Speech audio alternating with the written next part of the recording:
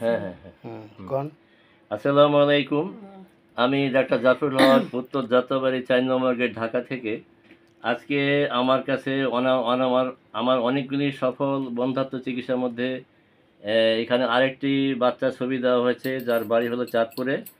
বাচ্চার মামি এবং খালা ঢাকায় থাকেন এবং যার বাসায় থেকে এখানে চিকিৎসা করা হয়েছিল।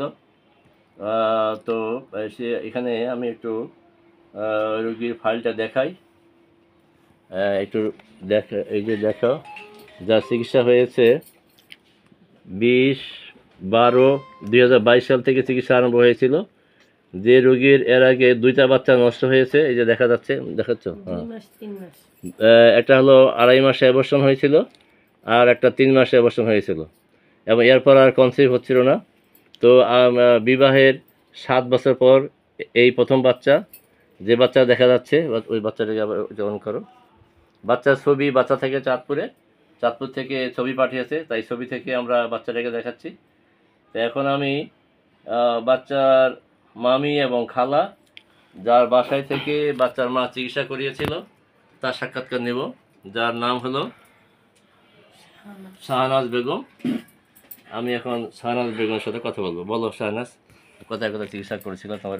সব জায়গায় চিকিৎসা করছি, কোনো জায়গায় জরাইতে প্রথম মনে করেন সব জায়গায় ডাক্তার রিপোর্ট করছি, কোনো রিপোর্টে কোনো কিছু ধরা খায় না। পরে লাস্টে পপুলাতে নিচে জরাইতে 2টা টিউমার ধরা খাইছে। তারপরে মুগদা মেডিকেল নিচে অপারেশন লেগে, পরে কেছে অপারেশন করতে গেলে যদি করি তাহলে জরায়ু কাটতে ফেলাই দিলে আর বাচ্চা কাচ্চা হবে না। পরে লাস্টে আমি এখানে নিয়ে আসলাম, যে এখানে নিয়ে জাফর ডাক্তার ওষুধ খাওয়াইলে দেখি কি অবস্থা, 2-3 মাস খাওয়াইলে বোঝা যাবো ভালো মন্দ। পরে এখান থেকে খাওয়া শুরু করলাম, করার পরে 3-6 মাসের সময় আবার পরীক্ষা করলো, দেখ কমতির দিকে। পরে আবার ওষুধ দিলে আবার দিনে দিন উন্নতির দিকে যাইতে আছে, স্বাভাবিকের দিকে যাইতে আছে। পরে ওষুধ খাওয়ানোর পর জামাই আবার বিদেশে ছিল, কাতারে ছিল, কাতার প্রবাসী। পরে 6 মাস 1 বছর মাথায় আবার জামাই আসছে বাংলাদেশে। আসার পরে ওই আবার 7-8 মাসের ছুটিতে আসছিল। পরে 8 মাস পরে ছুটিতে আসার পরে বাচ্চা যে মাসে আসছে ওই মাসে কনসিভ হচ্ছে।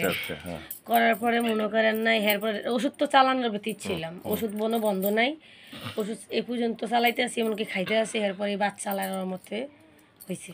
বাচ্চা হওয়ার পরে বাচ্চা তার মামি এবং খালার কাছে ছবি পাঠিয়েছে। আপনারা যে ছবিটা দেখলেন, ওখানে সিজারের সময় ওখানে আমি ছিলাম ওখানে চাঁদপুরে, না? চাঁদপুরে যখন সিজারের রুমে নিয়ে। চাঁদপুর কোথায় বাড়ি জানি, কোন জায়গায়? চাঁদপুর হইছে ফরিদগঞ্জ, আমি হইছি সদরে। ও ফরিদগঞ্জ, আচ্ছা আচ্ছা, ফরিদগঞ্জ চাঁদপুর। তো ঠিক আছে, আপনারা জানলেন যে বাচ্চার মায়ের এর আগে 2টা অ্যাবর্শন হয়েছে। বিবাহের 7 বছর পর এই প্রথম বাচ্চা হলো। এর আগে 2টা বাচ্চা। অশান্তি শেষ নেই। কিরকম অশান্তি? শ্বশুর শাশুড়ি মানে ওরা গ্যারাজ্য করে নাই, মানে বাড়ি ঘর আর নাই, মা বাপ সবাই অবহেলা। আমরা কতবার চেষ্টা করছি এটা নিয়ে আনার লিগে, ওই আসে নাই, ওখানে রইছে। আচ্ছা, তারপরে বাচ্চা হওয়ার পরে তোমাদের চাঁদপুরে যে রীতিটা, সেটা বলো কি ধরনের?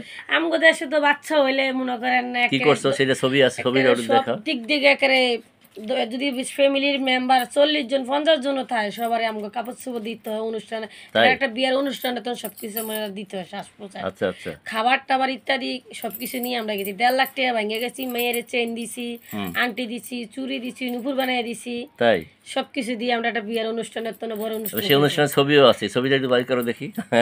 আমরা তুই দেখাও, আমরা সেই ছবিটাও দেখতে চাই, যে চাঁদপুরের রীতি।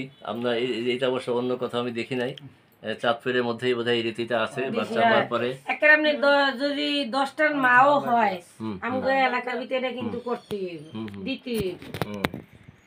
আচ্ছা, ওটা দিতে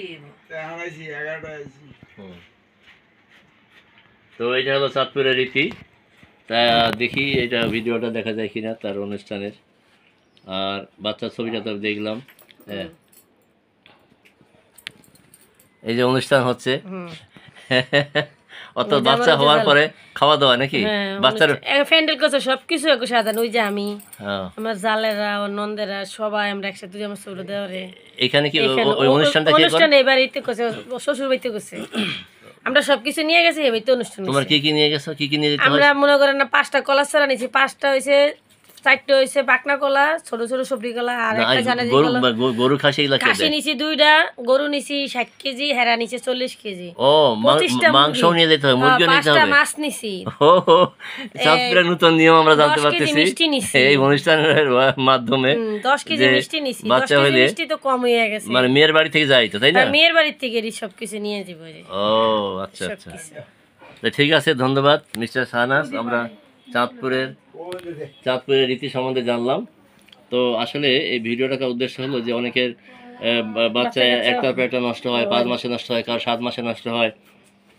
এরকম রুগী আছে, আমার এর আগে আরেক রুগী আছে যার 7 মাস 8 মাস হলে নষ্ট হইতো, এবং এইভাবে তার 7টা বাচ্চা নষ্ট হওয়ার পর আমার কাছে আসে, এবং আমার কাছে আসার পর আল্লাহর রহম প্রথমবার আসার পরেই সাকসেস হয়, যেটার কোনো ভিডিও নাই, যার ফলে মানুষ জানতে পারতেছে না যে হোমিওপ্যাথি ওষুধ খাইলে যে বাচ্চা নষ্ট হলে যে আবার ভালো হইতে পারে, এটা তার একটা প্রমাণ। এরকম আমার বহুত রোগী আছে। তো আসলে যে সমস্ত মানে মা বোনরা যারা এরকম অসহায়ের মধ্যে আছে, কারণ যাদের বাচ্চা নষ্ট হয়, যাদের বাচ্চা হয় না, তাদের শ্বশুর বাড়িতে তাদের অনেক দুঃখ কষ্ট লাঞ্ছনা গঞ্চনা সহ্য করতে হয়, অনেকের সংসার ভেঙে যায়। তো আল্লাহর অশেষ রহমতে এই হোমিওপ্যাথি ওষুধের ওসিলায় তার সংসারটা খুব সুন্দর হয়েছে। আমি এই জন্য আল্লাহর কাছে কোটি কোটি শুকরিয়া আদায় করছি।